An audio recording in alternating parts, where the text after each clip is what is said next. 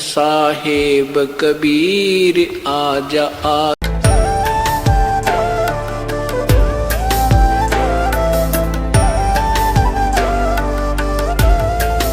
प्रभु राम देव भगवान अल्लाह खुदा ईश आदि नाम एक ही शक्ति के हैं। वो कैसा है, कहां है, कैसे मिलता है, किसने देखा है? ये प्रश्नवाचक चिन्ह पूर्ण रूप से हटाने के लिए अवश्य सुनिए जगत गुरु तत्वदर्शी संत रामपाल जी महाराज के अमृत वचन, सर्व पवित्र धर्मों के पवित्र शास्त्रों के आधार पर। तो 250 वर्ष पहले ब्राह्मण सुप्रीम मान्या करते अपने आप को, और फिर ऊंच पोस्ट तहसीलदार जी, यह भी तगड़ी बीमारी, मान बढ़ाई भी जीव में बाधक करती है भक्ति में जीव के लिए। और उस गुमानी दास दो ऋषि, वो संत थे विष्णु परंपरा के, विष्णु जी के उपासक, वो नारनौल से आधा 1 किलोमीटर दूरी पर एक आश्रम बनाकर रहा करते थे। नित्यानंद जी ने उसके बारे में जानकारी प्राप्त की, ये महात्मा कहाँ रहते हैं, सारा ज्ञान प्राप्त करके, जानकारी प्राप्त करके सुबह सुबह चल पड़े उपदेश लेने के लिए, घोड़े पर चढ़ गए। उधर से गोमानी दास जी अपने आश्रम से, कुटिया से, और घूमने के लिए निकल पड़ा वहां से। और उधर से नित्यानंद जी, यानी नंदलाल नाम था इनका, फिर बाद में नित्यानंद नाम रख दिया था। नंदलाल जी आ रहे हैं घोड़े पर चढ़कर उपदेश लेने के लिए, आगे से गुमानी दास जी आ रहे हैं घूमने के लिए दूर तक सैर सपट्टे को। और उन्होंने अपना मुंड मुंडा रखा था, किसने? गुमानी दास जी ने कचकोला कढ़ा रखा था, उस तरह फिरवा रखा था। रात्रि में तो कपड़ा बांध रखा था, तो सत्संग करने आए उस समय तो फ्रेश मूड में घूम रहे थे, कपड़े उपड़े निकाल के अपना शरीर पे कपड़ा बांध कर बस घूम रहे थे। गर्मियों के दिन थे। पहले हम सोन को सोन भी गणे मान्या करते और ब्राह्मण तक गणे मान्या करते। नंदलाल जी ने सोचा कि भाई सामने से एक मनुष्य आ गया, बाल कटवा रहा, मूंड मुंडवा रहा, ये कौन है? वो पहचान सका नहीं रात्रि में, क्योंकि उसने आवाज सुन रखी थी कि आज मैं अपने जीवन का सौदा करने जा रहा हूं। अब वो इतना प्रेरित हो गया था नित्यानंद जी के वापस नहीं आऊंगा, नाम लेके आना मैंने, नहीं तो वो सोन कसौन के कारण वापस भी मुड़ जाया करते। आगे से कुसौन हो गए, अब शकुन हो गए, मूंड मुंडाया व्यक्ति दिख गया, वापस चलो नहीं, उस दिन वापस जाना नहीं समझा उसने, उचित नहीं समझा। अब घोड़े पर तो वो तहसीलदार जी और गुमानी दास जी घूमना रहे, सिर पर कपड़ा भी नहीं था। नित्यानंद जी ने उसके निकट ला कर घोड़ा और सिर में टोले मारे। नो बोले रहा मनोस कि मर गया तू सुबह सुबह? मैंने कहाँ आ गया सुबह सुबह, मैं तो एक अनमोल काम के लिए जा रहा था, तूने कहाँ दर्शन हो गए तेरे आज सुबह सुबह? अब वो उस गुमानी दास महात्मा ने सोचा कि वो आदमी दिखा था जेंटलमैन, अरे इसने यू क्या करा मूर्ख ने, बता, शर्म मारे मेरा खाम का टोले। फिर उन्होंने सोचा साधु संता गेल भाई ऐसे चलता है, या अपनी करेगा हम अपनी चले, वो तो घूमने चलेगी। अब उसने वो पहुंच गया आश्रम में घोड़े समेत, वहां 5-4 भगत थे। आश्रम के आसपास ऐसा आदमी आता है तो सभी पहुंच जाते हैं, क्या बात जी, कैसे आए, कहाँ से आए? तो नंदलाल जी तहसीलदार जी ने कहा भाई मैं नाम लेना आया हूँ गुरु जी से, महात्मा जी से मनोपदेश लेना है। वो कहने लगे भाई बैठ जा, उतर आ जा, घूमने गए हैं, अभी नहा धो का आते हैं, स्नान करने गए। वो बैठ गया, घोड़ा बांध दिया वृक्ष के, और वहाँ बछा रखा था मैट सा, वहाँ वो बैठ गया। और सामने आसन था गुरु जी का, आसन के पास वो भी बैठ गया, 5-4 भगत बैठ गए, चर्चा चाली भगवान की इतना। अब गुमानी दास जी नहा धोकर वो आसन पा बैठे। जब वो आसन पा के बैठे, जब उन्हें देखा ये आदमी तो वह 2-3 टोले मारे गया था। अब नित्यानंद जी ने भी देख लिया तो महात्मा वो है जिसका तेने टोले मारे शर में। अब बहुत घना शर्मिंदा हो गया, नीचे गर्दन कर ली, रहे तेरा गजब हो आया था मैं इनको गुरु बनाने, और देख मैंने के जुल्म कर दिया। शर्मिंदा हो गए, नीचे गर्दन कर ली, ऊपर ने देखे को नहीं। अब जान के गुमानी दास भगत जी तो शर्मा गए गणे। अब वो कहने लगे भाई बच्चों देखो, उसको कहने लगे उस तहसीलदार जी को कि भाई भगत जी, आप जैसे कोई व्यक्ति घड़ा लेने जाता है, मटका लेने जाता है, घड़ा को मार्केट है या बाजार में, तो उस मटके को बजा के देखा रहे भाई कते कच्चा पीला हो, और आपने गुरुजी बजा के देख लिए, क्या दिक्कत है, कोई चिंता नहीं भाई। आप तो जिंदगी का सौदा करने आए थे, गुरुजी को टोले मार के देख लिया, और एक 2 टके का घड़ा लेते उसने बजा के देखा करें भाई, बेटा चिंता ना कर। चरणाम पड़ गया वो महात्मा उस नित्यानंद कि महाराज जी गलती होगी, मेरा मन पहचाना नहीं आपको, माफ कर दो। कर दिया बेटा, माफ कर दिया, भक्ति करी। और फिर वो क्या कहते हैं, ब्राह्मण कुल में जन्म था, मैं करता बहुत मरोड़े, गुरु गुमानी दास ने दिया को बदगढ़ तोड़े। नित्यानंद जी कहा करते थे फिर कि मेरा भाई ब्राह्मण कुल में जन्म था, एक तो वह मरोड़ यानी वो महिमा घड़ी थी, और ऊपर तो तहसीलदार। ब्राह्मण कुल में जन्म था, मैं करता बहुत मरोड़, मरोड़ माने गर्व करता था, अभिमान करता था, जो इस भक्ति मार्ग में कोबद का गढ़ होता है, ये इस तरह की मैं क्रियाएं करता था। और गुरु गुमानी दास ने दिया कोबद गढ़ तोड़े। अपनात्माओं जैसा भी जिस सतर का कोई संत है, ज्ञान तो वो देता भगवान पाने का, लेकिन मंत्र उनके पास नहीं होते, इसलिए वो जीव का पूर्ण मोक्ष तो नहीं करा सके। फिर भी उनको जितना उनको ज्ञान था, नित्यानंद जी को वह पढ़ाई पढ़ा दी। अब नित्यानंद जी की समय क्या कहते हैं,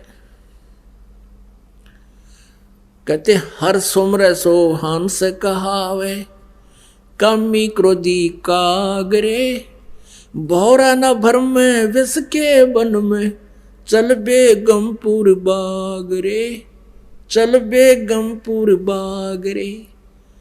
बेगम जहां कोई गम ना हो, कोई दुख ना हो, कहते उस भौरा न भर में विष के वन में, हे मन रूपी, हे आत्मा रूपी भंवर, भौरे तू इस संसार रूपी इस विषय वासनाओं के वन में मत घूमे, चल बेगमपुर बागरे। अब नित्यानंद जी विष्णु लोक को बेगमपुर मान रहे थे, जहां कोई दुख नहीं। लेकिन आपने श्री विष्णु जी की कहानी पढ़ ली होगी, अभी पढ़ी थी श्री देवी पुराण में, कि मैं पहले तो तप करता हूँ, घोर तप करता हूँ, और फिर राक्षसों के साथ युद्ध करता हूँ, उनको मारता हूँ, मुझे कोई चैन नहीं, मुझे कोई सुख नहीं। थोड़ा बहुत समय मिला तो लक्ष्मी के साथ सुखपूर्वक समय व्यतीत कर पाता हूँ। और ये विष्णु लोक को बेगमपुर बतावें तो यहाँ परमात्मा कहते हैं, जग सारा रोगिया रे, जिन सतगुरु वैद न जाना, जग सारा रोगिया रे। ऐसी ऐसी साधना करने वाले भी रह गए दूरे, नित्यानंद जी जैसे जिन्होंने समर्पण कर दिया, अपना नौकरी भी त्याग दी और इन महापुरुषों के शरण में चले गए, लेकिन फिर भी पूर्ण मोक्ष नहीं हुआ। क्यों नहीं हुआ? कहते हैं देखा देखी गुरु से बन गए, किया ना तत्व विचारा। देखा देखी गुरु से बन गए, किया ना तत्व विचार। गुरु से दोनों के सिर पे यू काल ठोके पंजारा, जग सारा रो गया रे, जिन सतगुरु वेद न जाना, जग सारा रो गया रे। बोलो सतगुरुदेव सत साहिब।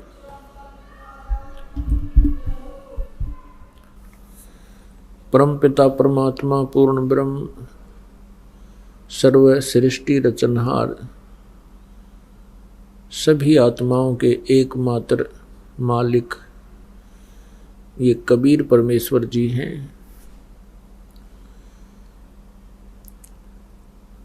कबीर देव जी हैं। कबीर देव इनका नाम है और परम अक्षर ब्रह्म सत्य पुरुष अकाल मूर्त शब्द स्वरूपी राम सतपुरुष, ये परमात्मा की उपाधि है। जैसे अपने देश के आदरणीय प्रधानमंत्री जी का शरीर का नाम अन्य होता है, प्रधानमंत्री, प्राइम मिनिस्टर, ये इनके पद के नाम है, ये पद होता है इनका। इसी प्रकार पूर्ण परमात्मा का वास्तविक नाम कबीर देव है, जिसको हम कबीर साहब कहने लगे। वेदों में उसे कबीर देव कहा है, हम अपनी भाषा के अंदर उसको कबीर देव, कबीर साहब कहने लगे। साहब माने देव, परमात्मा, राम, अल्लाह। और कुरान शरीफ में उसको अल्लाह अकबर, अल्लाह कबीर, कबीर अल्लाह ऐसे जाना गया है। हम परमात्मा को ना पहचान कर हम क्या करते रहे? कोई कहे हमारा राम बड़ा है, कोई कहे खुदाई रे, कोई कहे हमारा राम बड़ा है, कोई कहे खुदाई रे, कोई कहे ईसा मसीह बड़ा है। ये बाटा रहे लगाई रे, कोई कहे ईसा मसीह बड़ा है। ये सब बाटा रहे लगाई रे, कोई कहे हमारा राम बड़ा है। बिना ज्ञान के कोई किसी को बड़ा मानता है, कोई किसी को बड़ा मानता है। जो भी जिस देव इष्ट पितर आदि को पूज रहा है, वो उसको सुप्रीम मान रहा है। ये तो आपका मत है, आपकी सोच है, लेकिन अध्यात्म ज्ञान, तत्व ज्ञान क्या बताता है? उसके अंदर वो अंतिम निर्णय होता है। जैसे किसी अपराध के ऊपर कोई कहता है कि इस पे ये धारा लगेगी, कोई कहता है इस पे 406 लगेगी, कोई कहता है 506 लगेगी, कोई कैसे, तो उसका निर्णय संविधानबद्ध करेगा। संविधान में जो भी वर्णित होगा वो फाइनल होता है। इसी प्रकार परमात्मा का विधान तत्व ज्ञान है, सूक्ष्म वेद है।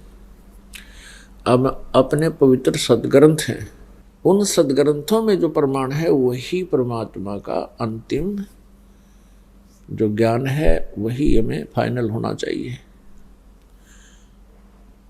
तो पुण्यात्माओं, गीता जी अध्याय नंबर 16 के श्लोक नंबर 23-24 में यही प्रमाण दिया है कि शास्त्र विधि को त्याग कर जो मनमाना आचरण करते हैं, अर्थात मनमानी पूजाएं करते हैं, जो सदग्रंथों में वर्णित नहीं है, उनके करने से, उन नामों के जाप करने से, उन क्रियाओं के करने से न तो सुख होता है, न सिद्धि प्राप्त होती है, और न ही गति होती है। और इन तीन चीजों के लिए ही हम परमात्मा की उपासना, साधना, भक्ति करते हैं। इसलिए 16वें अध्याय के 24वें श्लोक में तुरंत कहा है कि इससे तेरे लिए अर्जुन कर्तव्य और अकर्तव्य की व्यवस्था में कौन सी साधना भक्ति करनी चाहिए, कौन सी ना करनी चाहिए, सदग्रंथ ही प्रमाण है। सदग्रंथों में जो लिखा हुई मानना चाहिए। किसी के लोक वेद पर आश्रित नहीं होना चाहिए, किसी की दंत कथाओं को नहीं मानना चाहिए। तो पुण्यात्माओं, जब तक हमें तत्व ज्ञान नहीं था, हम सभी शास्त्र विधि त्याग कर मनमाना आचरण कर रहे थे। तो परमेश्वर ने स्वयं आकर के वो ज्ञान दिया है। परमात्मा पूर्ण ब्रह्म कबीर साहब हैं, ये सारी सृष्टि के रचनहार हैं, कुल मालिक। ये परमात्मा प्रत्येक युग में आते हैं और इनके आने की, सतलोक से चलकर यहाँ प्रकट होने की 3 प्रकार की क्रियाएं हैं। 3 प्रकार से वो परमात्मा लीलाएं करता है यहाँ आकर के। एक तो एक रूप में तो परमात्मा अपने सतलोक में रहता है। परमात्मा पूरे विश्व के कंट्रोल के लिए, पूरे असंख्य ब्रह्मांडों के संभाल के लिए वो 3 स्थिति में क्रिया करता है। एक तो वो सतलोक में रहते हैं, उनका सतलोक के अंदर जो शरीर है उसके एक रोमकूप, जो हमारी ये बाल का छिद्र होता है शरीर पे, इसको रोमकूप कहते हैं। एक रोमकूप की रोशनी करोड़ सूर्य करोड़ चंद्रमा मिला दे, उससे भी अधिक तेजों में है सतलोक के अंदर।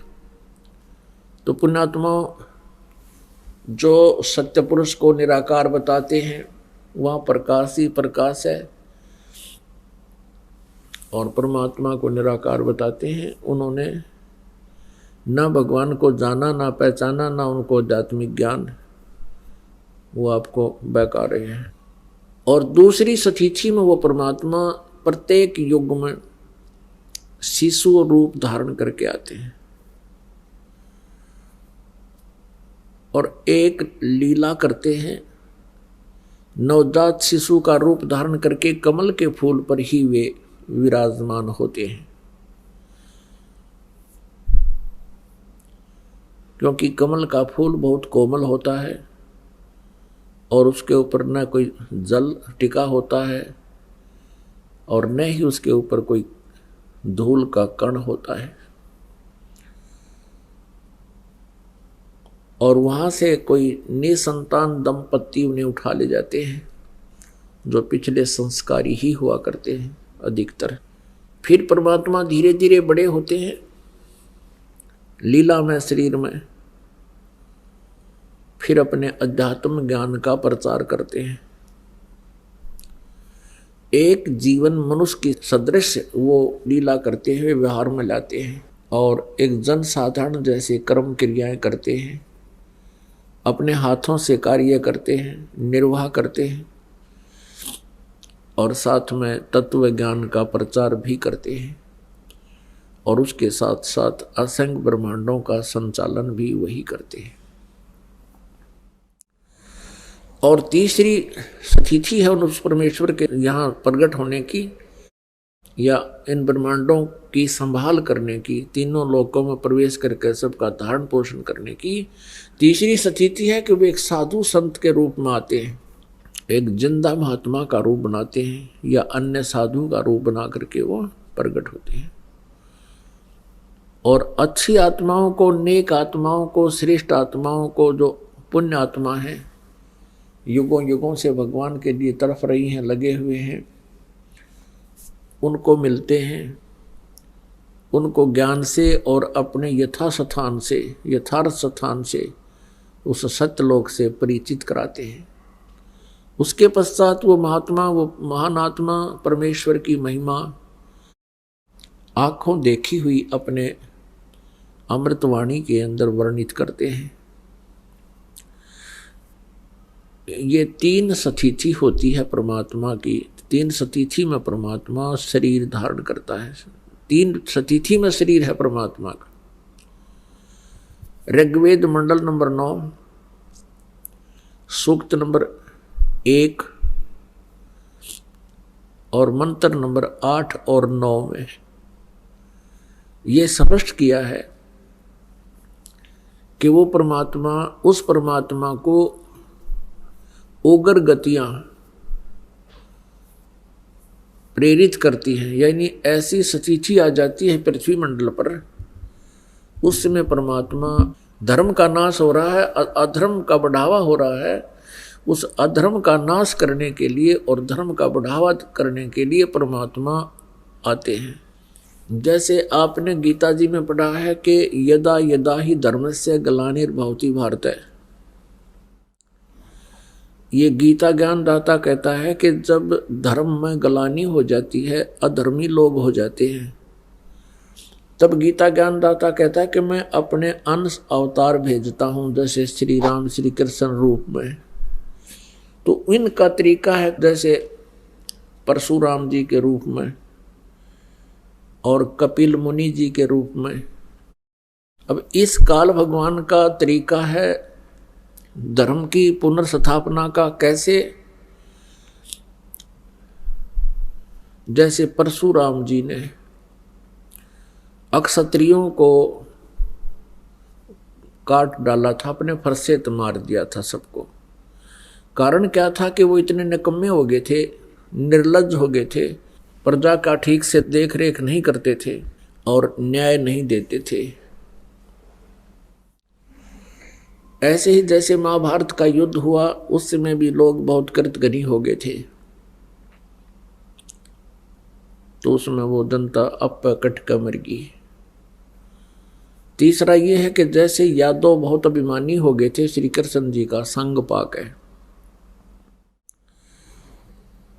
वो फिर आपस में लड़ मरे थे दुर्वासा जी के श्राप से। तो ये इस तरह पुनर्स्थापना करते हैं धर्म की, क्योंकि निकम्मी आत्मा लड़कर मर जाते हैं, ठीक आत्मा बच जाती है, वो फिर आप धार्मिक हो जाती हैं, बहुत सी आपदाएं आ जाती हैं। और परमेश्वर कबीर जी का जो तरीका है, परमेश्वर पूर्ण ब्रह्म का तरीका है धर्म की पुनः स्थापना करने का, कि वो ज्ञान से, अपने आशीर्वाद से और आध्यात्मिक ज्ञान से हम सबकी सोच बदलते हैं। सतगुरु मिले तो इच्छा मेटे, पद मिल पदे समाना, चल हंसा उस लोक पठाऊं जो आदि अमर अस्थान। यहां जो मारो मार हो रही है वो किस आधार से हो रही है? माया के लिए। इस माया के जोड़ने के लिए इंसान ना इज्जत देखता है, ना बेइज्जती देखता है, ना अपना देखता है, ना पराया देखता है, वो केवल माया ही माया देखता है। और इस माया का अंत क्या होता है? परमात्मा बताते हैं, ज्ञान से आधार बनाकर हमें समझाते हैं कि जिस माया के पीछे तुम अंधे हो चुके हो, ना भाई देख रहे हो, ना बहन देख रहे हो, ना माता पिता की तरफ तुम्हारी श्रद्धा रही है, तुम्हें केवल माया दिखाई देती है। उसके लिए परमात्मा बताते हैं, भक्ति बिना क्या होत है, भरम रहा संसार, रति कंचन पाया नहीं, रावण चलती बार। भक्ति के बिना, परमात्मा की साधना के बिना आपको कुछ भी नहीं मिलेगा। कहते हैं, सर्व सोने की लंका थी वह रावण से रणधीरम, एक पलक में राज बिराजी जम के पड़े जंजीरम। रावण के पास इतना धन था कि पूरी सोने की लंका यानी अपनी नगरी बना रखी थी, और जब रावण का अंत हुआ, संसार छोड़कर जाने लगा, कहते हैं 1 ग्राम सोना स्वर्ण भी साथ नहीं ले जा सका। तो परमात्मा का जो समाज के उद्धार करने का जो तरीका है कबीर भगवान का, वो आध्यात्मिक ज्ञान के माध्यम से होता है। उस आध्यात्मिक यानी तत्व ज्ञान को, सूक्ष्म वेद को यहाँ हमारे तक पहुँचाने के लिए, हमारे हृदय में जमाने के लिए, और फिर उस तत्व ज्ञान से क्या क्या लाभ होता है मानव को, वो प्रमाणित करने के लिए परमात्मा एक पूरा जीवन इस पृथ्वी लोक के ऊपर जनसाधारण की तरह व्यतीत करते हैं। परमेश्वर कबीर देव जी सह शरीर आते हैं, सह शरीर जाते हैं। परमेश्वर की महिमा के अंदर वेदों में लिखा है कि वो परमात्मा अपनी महिमा की वाणी, अपनी जानकारी देने के लिए कविताओं के माध्यम से, लोकोक्तियों के माध्यम से वो ज्ञान प्रचार करते हैं, जिस कारण से वो कवि कहलाते हैं। एक प्रसिद्ध कवि की भूमिका करने से वो कवि भी कहलाते हैं, प्रसिद्ध कवियों में से एक होते हैं, लेकिन वो होते हैं भगवान। अपुण्यात्मा कवि तो और भी बहुत हैं, उन कवियों ने भी अपनी अनुभव की वाणी लिखी है। परमात्मा कबीर देव जी ने भी वाणी लिखी है, जिनको हम कवि कहा करते थे। और वैसे परमात्मा का नाम ही कबीर देव है, कबीर साहब है, यानी जो अपनी महिमा की वाणी को कविताओं, दोहों, लोकोक्तियों के माध्यम से ही बोलकर सुनाते हैं, जिस कारण से वो कबीर देव, वो नाम उनका कबीर देव फाइनल है। अब परमात्मा की पहचान हमने करनी पड़ेगी, जैसे कवियों में से भी भगवान को सिलेक्ट करना पड़ेगा। कैसे? जैसे परमात्मा का जो विधान है वो काल वाले कवियों जैसा नहीं है और काल जैसे वाले भगवानों जैसा नहीं है। अब जैसे एक रहीम जी कवि हुए हैं, रहीम जी ने कहा है कि खीरा सिर से काटकर मलिए नमक लगाए, रहीमन कड़वे मुखन को चाहत यही सजाए। अब रहीमन जी का उद्देश्य है कहने का कि यदि कोई कड़वे वचन बोलता है, जैसे खीरा कड़वा होता है, उसको एक सिरे से काटकर और फिर उसको ऐसे नमक लगाकर मसलते हैं तो उसका कड़वापन ठीक हो जाता है, निकल जाता है, मीठा बन जाता है।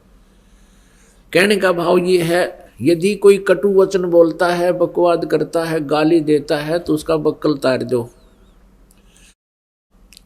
उसने कूट छेद दो, अच्छी तरह संवार दो, तो वो सीधा हो जाएगा। ये तो तरीका है काल के कवियों का और काल के भगवानों का।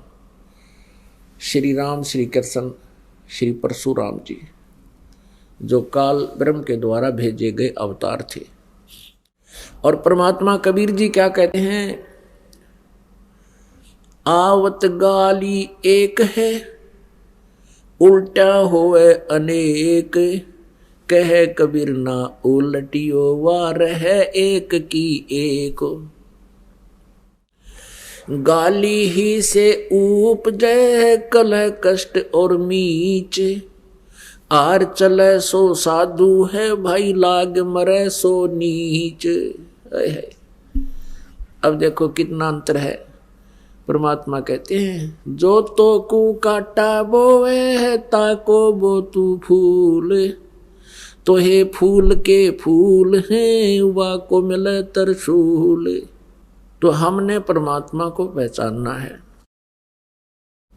और उस परमात्मा के बताए प्रत्येक नियम का पालन करते हुए हम अपना कल्याण करा पाएंगे। नहीं तो ये बात बनाते अपने अपने सिद्धांत थ्योरी बना बना के असंख्य युग हो गए हमने यहाँ धक्के खाते ने, भटकते ने। यह समाधान कभी नहीं हो सकता। जैसे श्री रामचंद्र जी ने बाली को मारा था, क्या समाधान हुआ? अगले जन्म में वो श्री कृष्ण, रामचंद्र जी श्री कृष्ण बने और वो बाली बना एक शिकारी। फिर श्री कृष्ण जी का वध उस शिकारी ने किया, पैर में तीर मार के। तो क्या समाधान हुआ इससे? तो ये रहीमन जैसे जो अन्य कवि थे, इनकी सोच काल प्रेरित थी। परमात्मा भी एक कवियों में से गिने जाते हैं, क्योंकि वो उनके परमात्मा के इतिहास में, उनकी लीला में लिखा हुआ है। ऋग्वेद मंडल नंबर 9 सूक्त नंबर 96 और मंत्र नंबर 16 से 21 तक स्पष्ट किया हुआ है। 16 में कहा कि भगवान आपका वास्तविक नाम क्या है, उसका ज्ञान कराएं। 17 और 18 में स्पष्ट किया है कि वो कबीर देव, वो कबीर परमात्मा कबीर है और वो अपनी कबीर वाणी के माध्यम से अपनी महिमा की वाणी कविताओं से बोलता है, कविताओं से, जिस कारण से वो प्रसिद्ध कवियों में से भी एक होता है। लेकिन वो होता है अमर परमात्मा, वो पूर्ण परमात्मा होता है। और वो परमात्मा तीसरे मुक्ति धाम में रहता है। तीसरे मुक्ति धाम में यानी सतलोक में रहता है। उस सनातन परम धाम में रहता है।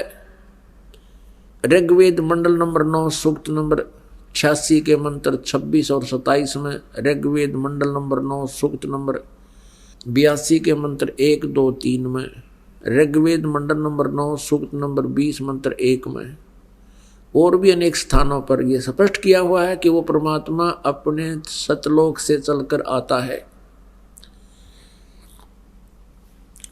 जहां वो परमात्मा रहते हैं उसको सतलोक कहते हैं।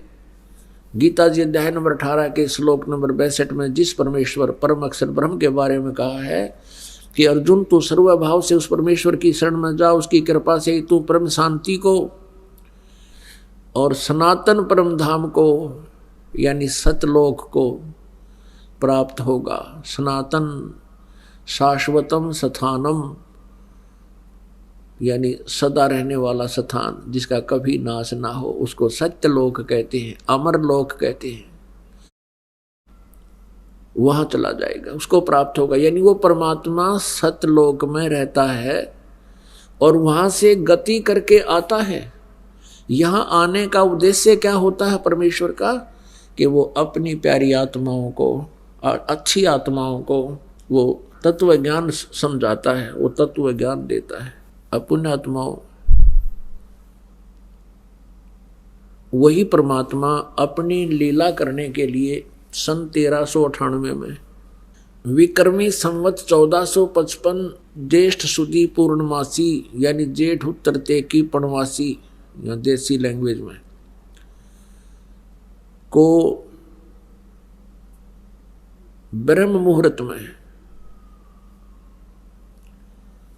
ब्रह्म मुहूर्त वो होता है उस समय ना रात होती है ना सुबह होता है।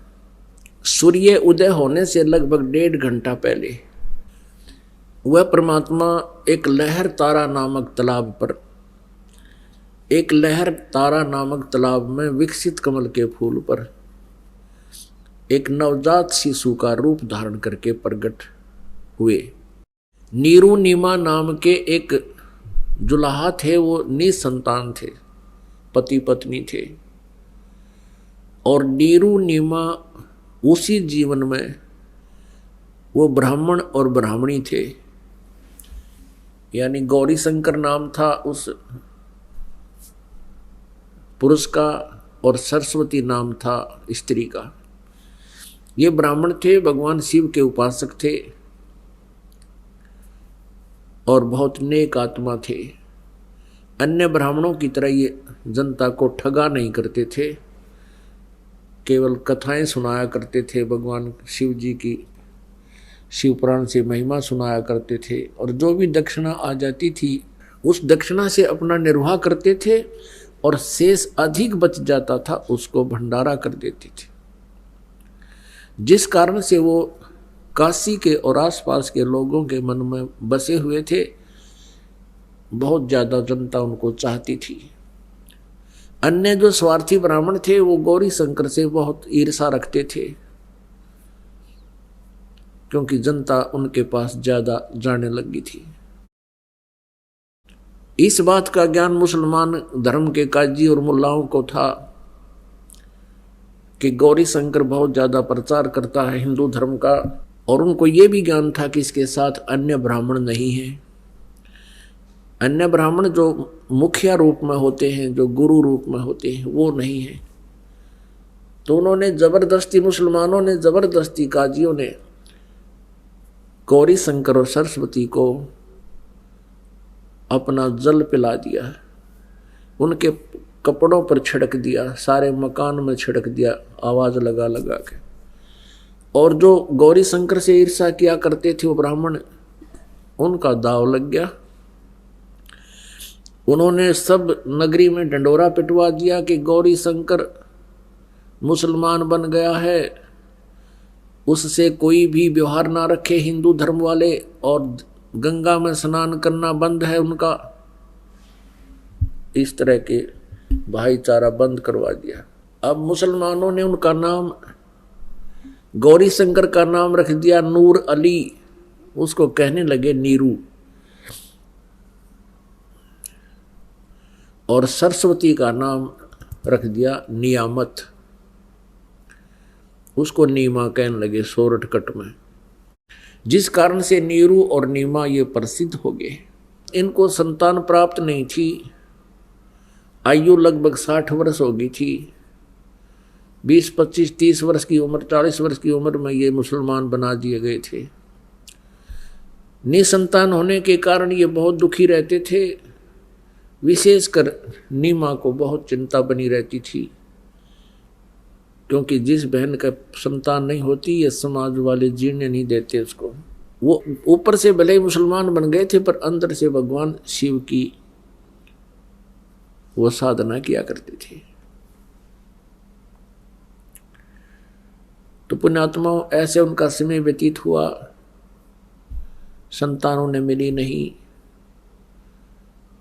गंगा में स्नान करना उनका बंद कर दिया था हिंदुओं ने, तो उन्होंने उसका विकल्प ढूंढा कि गंगा का जल लहरों के द्वारा पटड़ी पर से उछलकर वर्षा के दिनों में, चौमासे के दिनों में, और ऊपर के उछलकर एक बहुत बड़े झील को एक सरोवर का रूप दे देता था।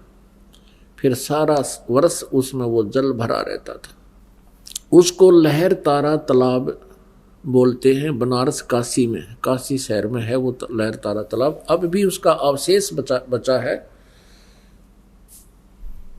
तो वहां स्नान करने के लिए जाने लग गए। उस गंगा के जल में जो लहरों के द्वारा उछलकर एक सरोवर का रूप धारण किए हुए था, उसको लहर तारा तालाब कहते हैं। तो वो लहर तारा तालाब में प्रतिदिन स्नान करने के लिए जाते थे सुबह सुबह। उस दिन, जिस दिन परमेश्वर सतलोक से चलकर आए, सन 1398 यानी विक्रमी संवत 1455 जेठ उतरते की पूर्णमासी ब्रह्म मुहूर्त सुबह सुबह उधर से नीरू और नीमा स्नान के लिए चल पड़ते हैं। उधर से परमात्मा सतलोक से आकर वहां विराजमान हो जाते हैं। परमात्मा के वहां प्रकट होते हुए एक अष्टानंद नाम के एक ऋषि थे, जो महर्षि रामानंद जी के शिष्य थे। वो भी वहां प्रतिदिन स्नान करने के लिए उस तालाब के किनारे पर जाया करते थे। स्नान करके वहां अपना, जैसा उनके गुरुदेव ने साधना बता रखी थी, उसको बैठकर वहां किया करते थे, अभ्यास करते थे। अपने प्रतिदिन की तरह अष्टानंद जी भी वहां विराजमान थे। आकाश से प्रकाश आया, प्रकाश का गोला आता दिखाई दिया। किसको? अष्टानंद जी को। अष्टानंद जी ने जब उस प्रकाश के समूह की तरफ देखा, प्रकाश पुंज की तरफ देखा, उसकी आंखें चौंधियागी, चरम दृष्टि सहन नहीं कर सकी उस तेज को, आंखें बंद होगी। जिस प्रकार हम सूर्य को देखते हैं, सूर्य को हम ज्यादा देर नहीं देख सकते और फिर आंखें बंद करते हैं तो सूर्य का आकार प्रकाश रहित हमें स्पष्ट दिखाई देता है। इसी प्रकार जब अष्टानंद जी की आंखें बंद हुई, उसने क्या देखा कि उस प्रकाश पुंज के अंदर एक बालक का रूप दिखाई दिया। अब उसने आंखें खोली, दोबारा आंखें खोली, क्या देखा कि वो प्रकाश एक कमल के फूल के ऊपर सिमट गया और उसकी आंखों के आगे वो परमात्मा का जो शिशु रूप था, वो जिधर भी नजर करता है आंखों के साथ घूम रहा है। कुछ समय के लिए ऐसा रहा, फिर वो जैसे हम सूर्य की तरफ देखते हैं, कुछ देर उसकी आकार हमारे साथ रहता है, फिर धीरे धीरे फीका होकर के वो आंखों से ओझल हो जाता है। ठीक ऐसा ही उस अष्टानंद जी के साथ हुआ। अब अष्टानंद जी ने सोचा कि भी मुझे ये भगवान के दर्शन हुए हैं, मैंने प्रकाश देखा है, ये कोई मेरी भक्ति की उपलब्धि है या कोई अन्य करिश्मा है प्रभु का। इसके जानने के लिए अष्टानंद जी उठकर चल पड़े और अपने पूज्य गुरुदेव महर्षि रामानंद जी के पास चले गए। महर्षि रामानंद जी उस समय काशी में रहते थे 1400 ऋषि बना रखे थे उसने प्रचारक। उनमें से एक अष्टानंद जी भी थे। केवल वो ब्राह्मणों को ही दीक्षा देते थे महर्षि रामानंद जी, अन्य किसी जाति वाले को वो दीक्षा नहीं देते थे, ना शिष्य बनाते थे। ब्राह्मण होने के नाते वो अन्य जाति शूद्र जाति वालों से बहुत हेट करते थे, नफरत करते थे, छुआछूत चरम सीमा पर थी। अब रामानंद जी से जब अष्टानंद जी ने पूछा कि हे गुरुवर, हे गुरुदेव, हे ऋषिवर, आज आपके बच्चे ने ऐसा करिश्मा देखा कि आकाश से एक प्रकाश पुंज आ रहा था, मैंने उसकी तरफ देखा तो मेरी आंखें बंद हो गई। आंखें बंद हुई तो मैंने क्या देखा कि एक शिशु रूप था बालक का मेरी आंखों के आगे से, आंखों में प्रकाश रहित दिखाई दे रहा था। और फिर आंखें खोली, क्या देखा कि लहर तारा तालाब में कमल के फूल पर वो प्रकाश एकत्रित हो गया। फिर मुझे कुछ दिखाई नहीं दिया, अंधेरा था। ए गुरुदेव, ये मेरी कोई भक्ति की उपलब्धि है या मेरी ये कोई भ्रमना है? इस शंका का निवारण करो प्रभु। महर्षि रामानंद जी ने कहा, पंडित स्वामी रामानंद जी ने कहा कि बेटा, ये न तो तेरी भक्ति की उपलब्धि है, न ही तेरा कोई धोखा है। ऐसी लीलाएं उस समय होती हैं जब ऊपर के लोकों से अवतार आते हैं और वो किसी माँ के गर्भ में प्रवेश करते हैं और फिर जन्म लेते हैं। तो कोई अवतार ऊपर के लोकों से आया है और वो यहाँ किसी माँ के गर्भ से जन्म लेगा। अब इन महापुरुषों की बुद्धि यहीं तक सीमित है कि माँ के बिना जन्म किसी का नहीं होता, क्योंकि श्री रामचंद्र जी, श्री कृष्ण जी आदि आदि जितने भी इनके अवतार आए हैं, भगवान हैं, ये सभी माँ से ही जन्मे हैं। केवल कबीर परमेश्वर पूर्ण ब्रह्म, उसकी कोई माँ नहीं है, कोई जननी नहीं है। ना सतगुरु जननी जने, उनके माँ ना बाप, पिंड ब्रह्मंड उनके नहीं, नावा तीनों ताप। अपने आत्मा परमात्मा का जो शरीर है आप और हम जैसा नहीं है। यजुर्वेद अध्याय नंबर 40 के मंत्र 8 में उसमें यही प्रमाण दिया है कि सप्रियागात, परि माने पूर्ण रूप से, अगात माने जिसका कोई पंच भौतिक शरीर नहीं है, अप्रियागात। और वो कैसा है? कबीर मनीषी शुक्रम अकायम असनाविरम। कबीर मनीषी, वो कबीर परमेश्वर मनीषी एक तत्वदर्शी संत के रूप में प्रकट जब होता है, वो शुक्रम अकायम। अब उनका शरीर माता पिता के संयोग से बीज शक्ति से बना हुआ काया नहीं होती और नाड़ी आदि के जोड़ जुगाड़ से वो नहीं बनता, असनाविरम है। कुछ वेदों के अनुवाद करता यही विचलित हो जाते हैं, केवल एक अक्षर को पढ़कर अकायम असनाविरम, अकायम शब्द को पढ़कर वो समझ लेते हैं, मान लेते हैं कि परमात्मा काया रहित है, लेकिन आगे ये नहीं पढ़ते कि असनाविरम क्यों लिखा। असनाविरम और शुक्रम, उस परमात्मा का शरीर शुक्र से बना हुआ नहीं है और बनी हुई काया नहीं है, वो उसमें नाड़ी आदि नहीं होती। फिर आगे इसी मंत्र में लिखा वो स्वयं भू परिभू, वो स्वयं प्रकट होता है। फिर स्वयं भू की क्या आवश्यकता थी? जो इसी से हम निर्णय ले लेते हैं कि परमात्मा काया रहित है, निराकार है। परिभू का अर्थ होता सबसे पहला परमेश्वर, परिभू जो प्रथम प्रगट, और स्वयंभू का अर्थ होता है जिसके कोई जनक ना हो, वो केवल कबीर देव है, कबीर साहब है। अब रामानंद जी को इतना ही ज्ञान था, जैसा भी ज्ञान था अपने शिष्य का समाधान कर दिया। अष्टानंद संतुष्ट हुए। अब क्या होता है, उधर से नीरू और नीमा स्नान करने के लिए लहर तारा तालाब की तरफ प्रस्थान कर देते हैं। अब किसी ने कोई रात के समय या शाम के समय नीमा को कोई कह दिया होगा कि एक जातक तो चाहिए था, भगवान ने एक पुत्र तो देना ही चाहिए था, एक पुत्री, एक संतान तो चाहिए थी आपकी तो उम्र भी घनी होगी, सुनी नहीं परमात्मा ने। अब वो सारी रात नहीं सोई, करवटें बदलती रही, एक भगवान मेरे को संतान नहीं मिली। अब पुण्यात्माओं, इस काल ने इतनी प्रबल प्रेरणा कर रखी हमारे अंदर कि जब संतान उत्पत्ति ना होए तो वो व्यक्ति अपना जीवन व्यर्थ मानता है, क्योंकि काल चाहता है कि सब संतान उत्पत्ति करें और मेरा भोजन तैयार करें। इतनी प्रबल प्रेरणा या किसी न किसी के माध्यम से इंजेक्शन लगवाता रहता है,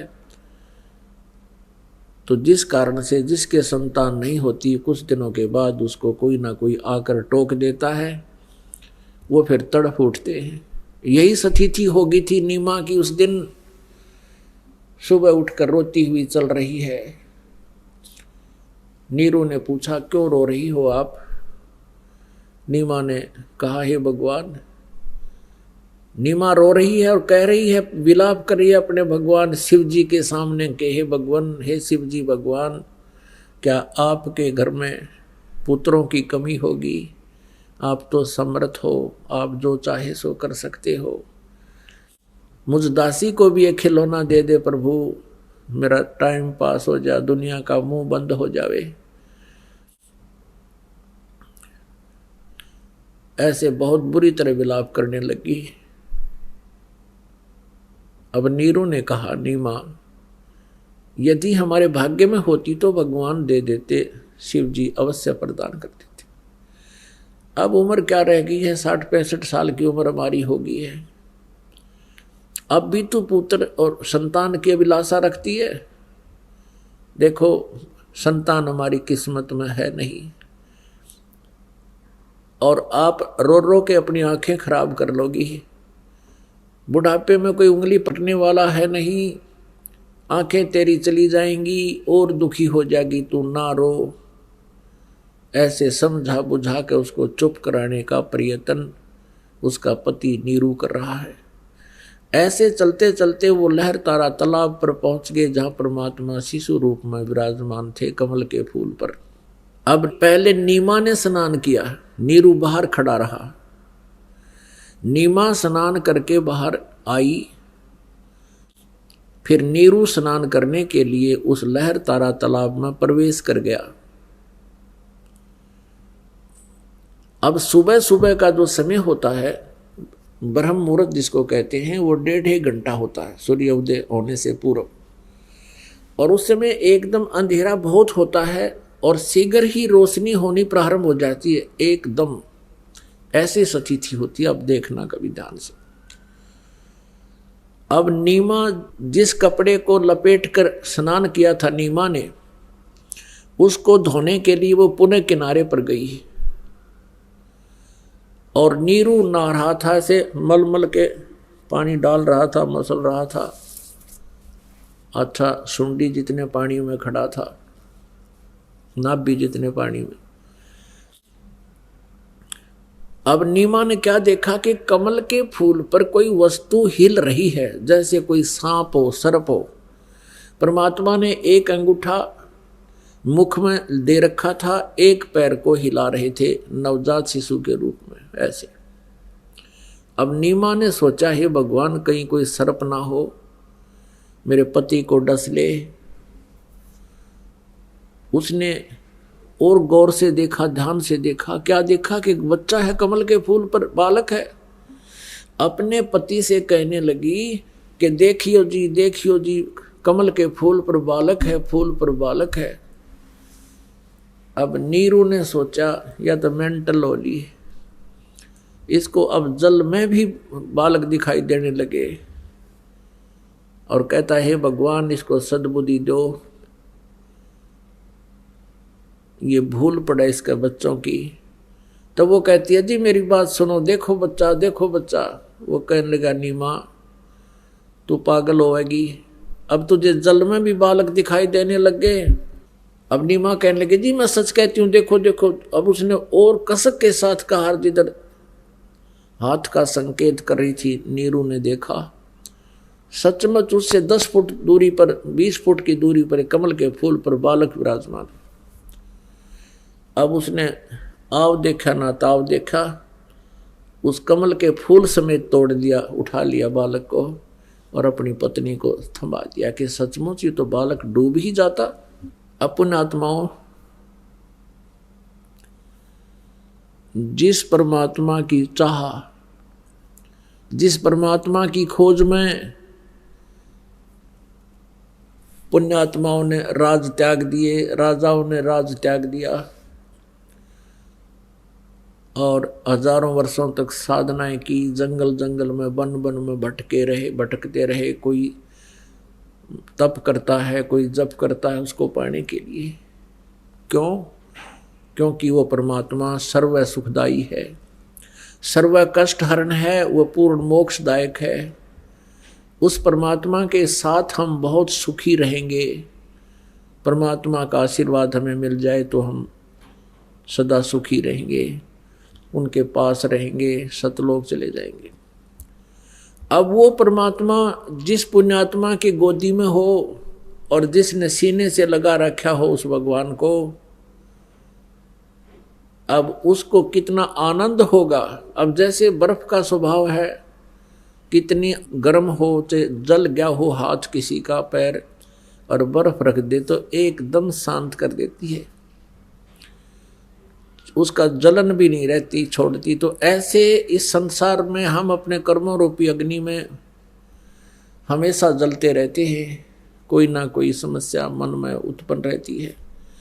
और जब परमात्मा वो रूपी बर्फ हमारे साथ होती है तो उस समय हमें सब चिंताएं दूर हो जाती है हमारे से, हम किसी भी प्रकार की टेंशन में नहीं रहते हैं।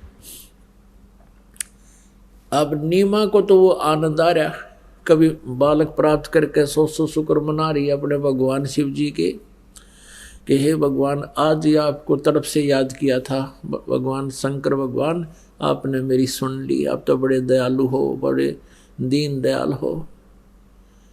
अपने आत्मा हमारे साथ नो बन रही थी बूंदी, हमारे सारे दुख दूर तक करे था परमात्मा कबीर जी, पूर्ण परम अक्षर ब्रह्म। और हम क्रेडिट दिया करते उस इष्ट ने जिस नाम पूजा करते, जैसे ये दास पहले बाबा श्याम जी ने पूजा करता और घर में संतान हुई, नौकरी लगी, पास होया करते, दादा श्याम जी को क्रेडिट दिया करते। उस श्याम जी ने आप ना बेरा तू के था के सांग था, उसके आप स्थिति बुरी। तो ऐसे हम श्री कृष्ण को, कभी श्री रामचंद्र जी को, भगवान विष्णु को 100 शुक्र मनाया करते, आपने हमारा इतना दुख दूर कर दिया, संतान दे दी, नौकरी दे दी। अब इन भगवानों के इतिहास से पता चला ये तो कुछ भी ना दे सकते हमें, ये तो as it is work done दे सकते हैं, जैसा जिसका पुण्य है उतना ही दे सकते हैं, जैसा पिछला संस्कार है प्रारब्ध में ज्यों का तो ही मिलता रहेगा, ये कुछ परिवर्तन नहीं कर सकते। मासा घटे ना तिल बध विद ना लिखे जो लेख, सच्चा सतगुरु मेट कर ऊपर मारे मेघ। तो कबीर परमात्मा ही, जैसे गीता जी अध्याय नंबर 15 के श्लोक 16 और 17 में 3 पुरुष बताए। पुरुष माने प्रभु, ब्रह्म कहो, प्रभु को राम कहो। एक सरपुरुष, सरपुरुष तो ये ब्रह्म है, ब्रह्मा विष्णु महेश का पिता, और अक्षर पुरुष है ये 7 संग ब्रह्मांड का स्वामी, और सरपुरुष है केवल 21 ब्रह्मांड का स्वामी प्रभु राम। और 17वें श्लोक में लिखा है कि उत्तम पुरुष तु अन्य परमात्मा इति उदाहरते, यह लोग तरमावी से विभरती अवैश्वर है।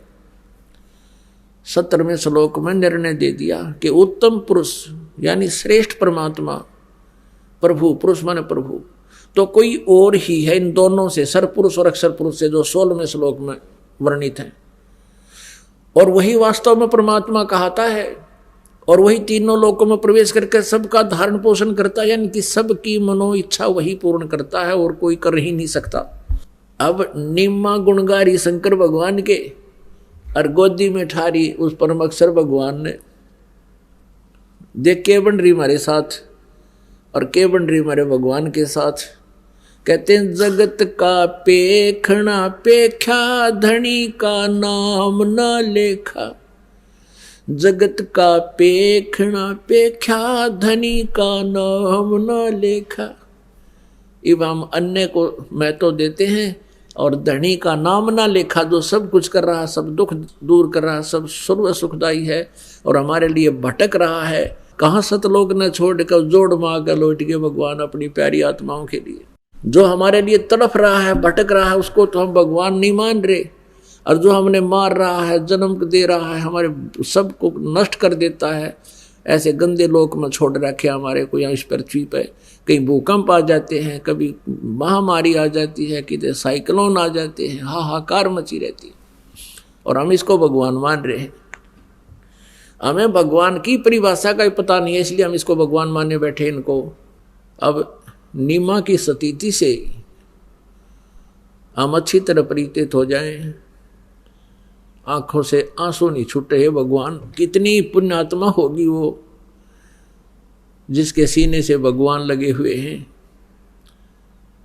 और वो लाड कर रही है अपने बच्चे के रूप में। कभी उनका मुख चूम रही है, कभी माथे को चूम रही है, कभी सौ शुक्र मना रही है शंकर भगवान की। पुण्यात्माओं, आप परमात्मा की तरफ विशेष ध्यान रखा करो। इन वचनों पर बहुत गहराई से सोचना चाहिए आप जी ने कि वो क्यों भटक रही हमारे लिए, क्यों आ रहे हैं बार बार इतने सुंदर लोक को छोड़कर। जिस लोक को पाने के लिए, जहाँ जाने के लिए राजाओं ने राज त्याग दिए और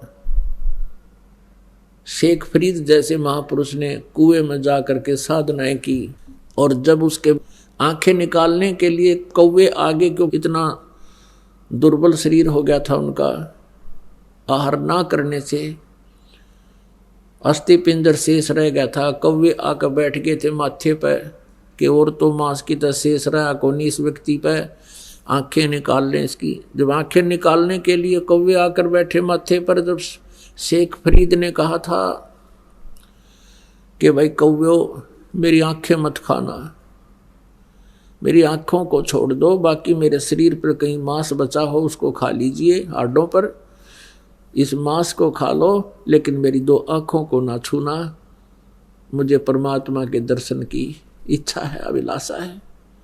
यूं कहकर फूट फूट कर रोने लग गया। तो जिस परमात्मा को पाने के लिए ऐसे कठिन परिश्रम किए, प्रयत्न किए, और वो परमात्मा सहज में उस माई के सीने से लगे बैठे हैं। अब कुछ देर के बाद नीरू स्नान करके बाहर आता है और वो क्या देखता है कि नीमा तो पागलों की तरह इस बच्चे को कभी सीने से लगा रही है, कभी माथे को चूम रही है, कभी सिर पे बैठा रही है और कभी आसमान की तरफ झांक रही है। अब नीरू ने सोचा कि पहले तो हम हिंदू से मुसलमान बना दिए, हमारा कोई ना हिंदुओं में साथी और ना मुसलमानों से इस विशेष हमारा कोई लगाव रहा, अब इतना उनके साथ संपर्क नहीं बन पा रहा। और इस बालक को हम घर ले जाएंगे तो सभी पूछेंगे तुम कहाँ से लाए हो।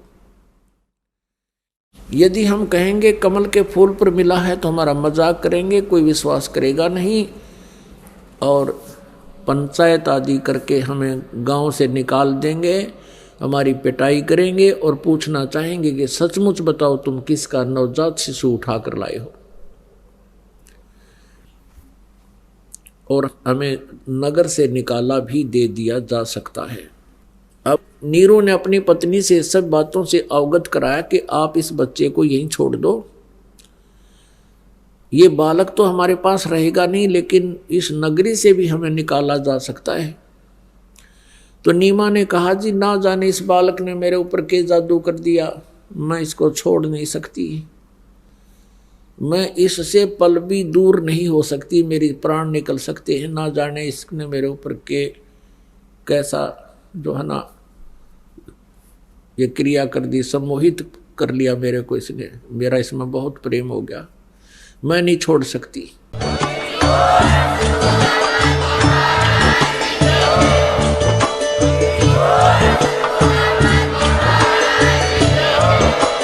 आप सुन रहे थे जगत गुरु तत्वदर्शी संत रामपाल जी महाराज जी के मंगल प्रवचन। अधिक जानकारी के लिए विजिट कीजिए हमारी वेबसाइट www.jagatgururampalji.org। संत रामपाल जी महाराज जी के शुभ आशीर्वाद से पूरे विश्व भर में 500 से भी ज्यादा नाम दीक्षा केंद्र हैं, जिन पर संत रामपाल जी महाराज जी द्वारा ऑनलाइन निशुल्क नाम दीक्षा दी जा रही है। अपने नजदीकी नाम दीक्षा केंद्र का पता करने के लिए संपर्क करें 8222880541।